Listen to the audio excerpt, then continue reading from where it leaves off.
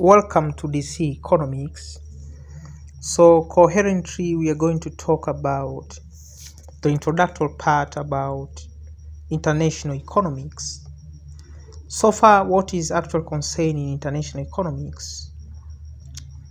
International economics is a field of economics that studies the economic interactions between different countries, including trade, investment, and immigration.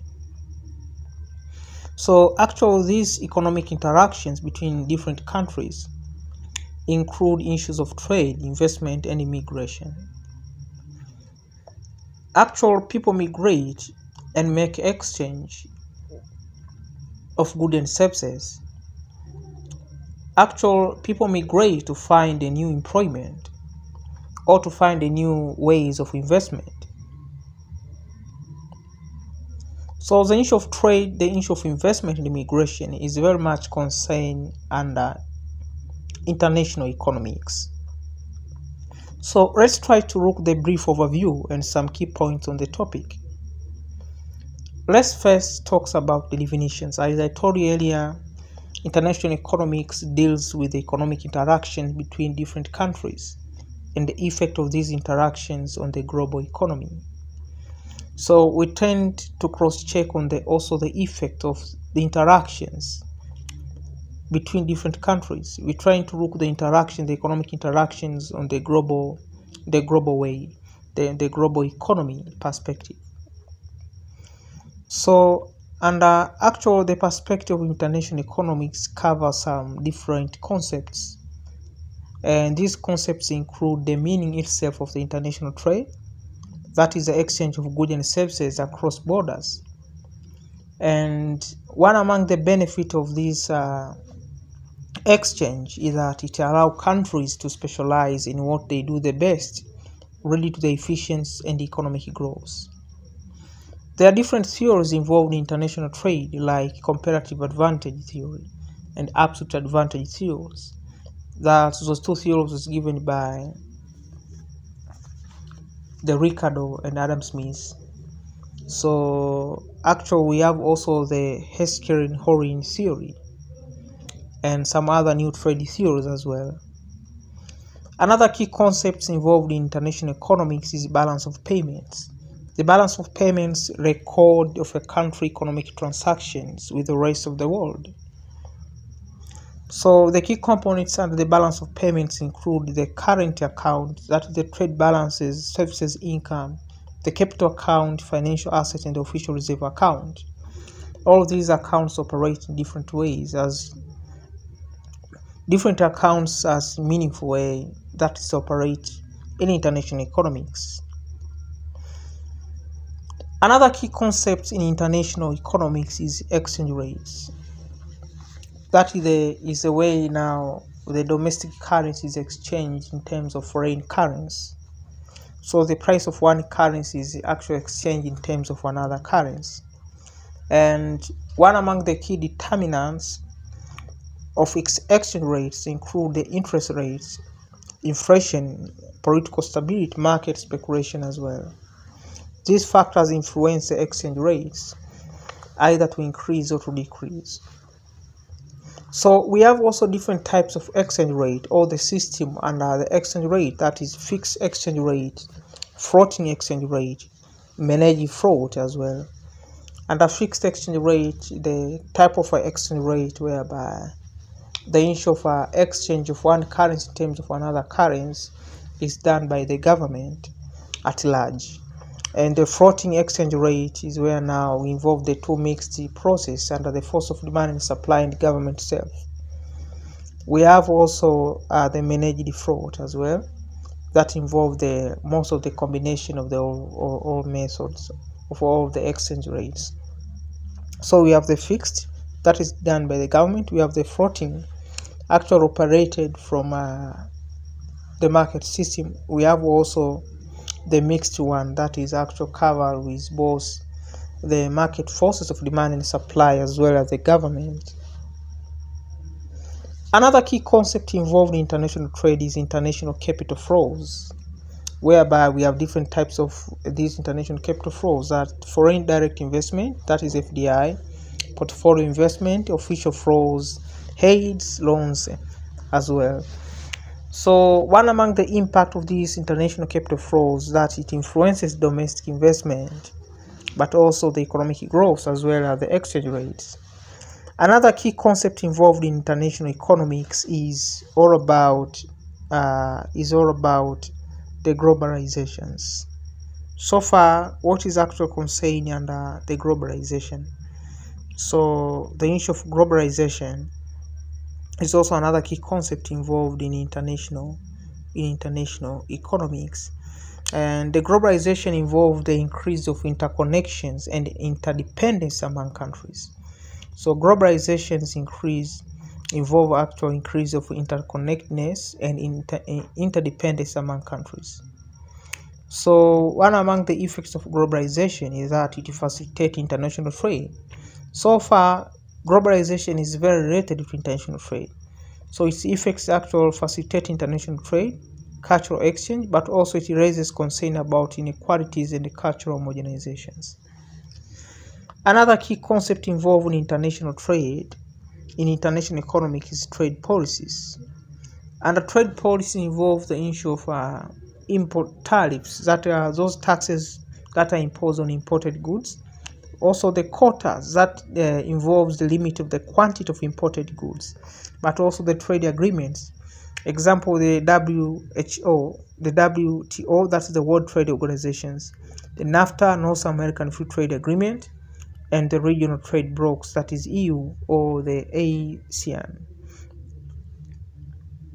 Also, another key concept involved in international economics include also the economic crisis and international economics. Example, the current crisis, that the financial crisis like that of the 2008 global financial crisis.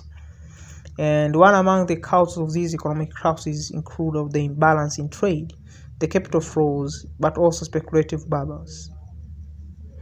Another key or the last concept that involves also in international economics, development economics, that is focuses on the economic development of the low income countries. And these issues covers the issue of poverty, the issue of education, healthcare, industrialization in international, together with international aid. So one among the significance of understanding all these key concepts in international economics, that they are very crucial for policymakers, businesses, and individuals to navigate the complexities of the global economy and make informed decisions and address economic challenges on an international scale. So this actually, the overview provides a snapshot of the vast and intricate field of international economics. So if you have a specific questions or need more details, under international economics, as we proceed, we are going to understand different issues, this concept deeply, and have a wise knowledge on how now we can apply the concept in economic perspectives, in all economic perspectives. And remember, economics is a dynamic subject. New ideas are emerged, new theories are emerged, new issues and events also are emerged.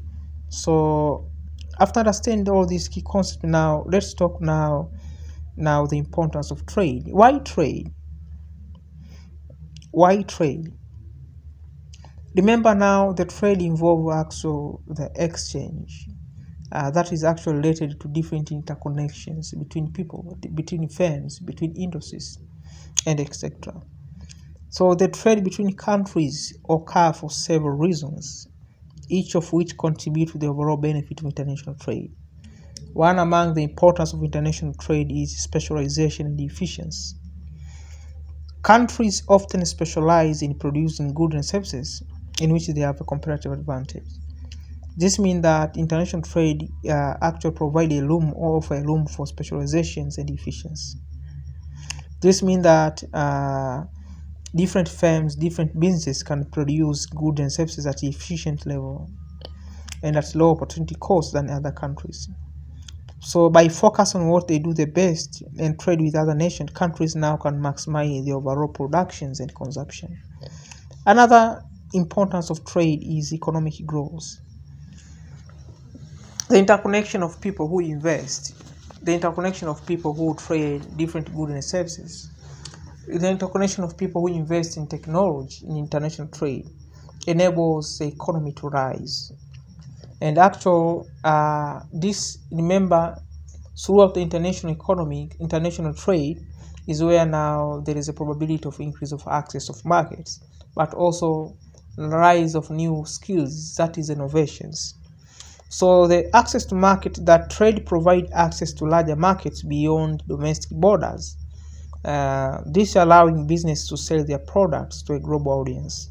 So this increase the market size and can lead to higher sales revenue and business growth. The issue of innovations also rise through international trade. International competitions encourages innovations and efficiency. So to stay competitive now, companies invest in research, development, leading to technological advancements that benefit society as a whole. Another key importance of international trade is what? Another key importance to international trade is about the resource allocations as well. The resource allocations.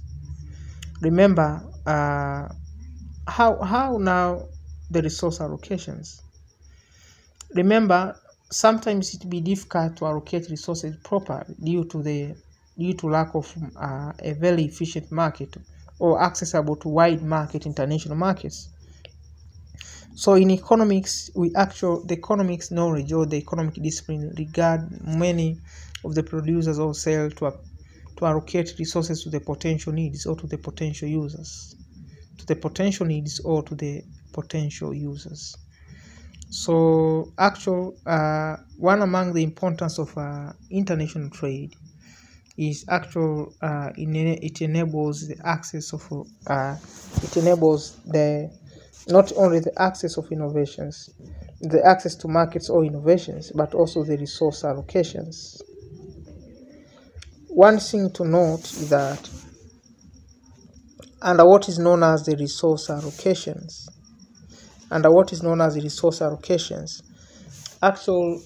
it enables the access to resources that not all countries have access to the same natural resources. So international trade allows nations to obtain resources they lack domestically. So this ensures a more efficient allocation of resources globally. The risky diversification that is developed from the resource allocations. Dependence on domestic productions can be risky. So trade allows countries to diversify their sources of goods. Now this reduces their vulnerability to natural disasters and political instabilities or other economic shocks in any one country. Another now importance is about is consumer benefits. Under consumer benefits, we tend to talk under the variety and quality together with lower prices. Trade offers consumers a wide variety of products and services from different parts of the world. So it ensures that access to goods and services is of a higher quality as competition encourages producers to maintain high standards. Also, consumer benefits enables lower price because increased competition through international trade can lead to lower price for consumers. So when countries can import goods more cheaply than they can produce them domestically, now consumers benefit from these lower prices. Also, another key importance of international economics is international cooperation and peace. And this develop what is known as mutual interest. Countries engaged in trade have mutual economic interests. The economic cooperation through trade often fosters diplomatic and peaceful relations between nations. Good relations and bad relations can be developed if the international trade is not sufficient. And international trade enables a mutual interest because countries participate in different economic, political, and social issues. So this enables to remove the enmity between those countries. Also, job creation. Remember, through international economics, an individual can be capable of migrating from one area to another area, searching for new employment or better employment. So the job creation is also developed due to export industries and supply chain. Industries that produce goods for export markets create jobs directly related to the export activities. So this can lead to the increased employment opportunities and economic growth. Also, supply chain. Trade creates jobs throughout the supply chain. This includes the transportation, logistics, and retail sectors, further contribute to employment. Also, the source of government revenue, because now the government charges tariffs and quotas to those imported goods. Now, this is a key chance to develop large enough revenue for government to run its projects and different issues. So, in summer now, trade facilitates economic growth, it enhances efficiency, benefits consumers, and fosters international cooperation. So this creates jobs and provide access to a diverse range of goods and services. So these factors collectively make a trade fundamental and a beneficial aspect of the global economy. So after saying so, that's marked the end. Remember, we are proceeding the next part. Don't forget to watch and subscribe on other videos. And this is DC Economics. Next part will be on the mutual gains from the trade. Bye bye.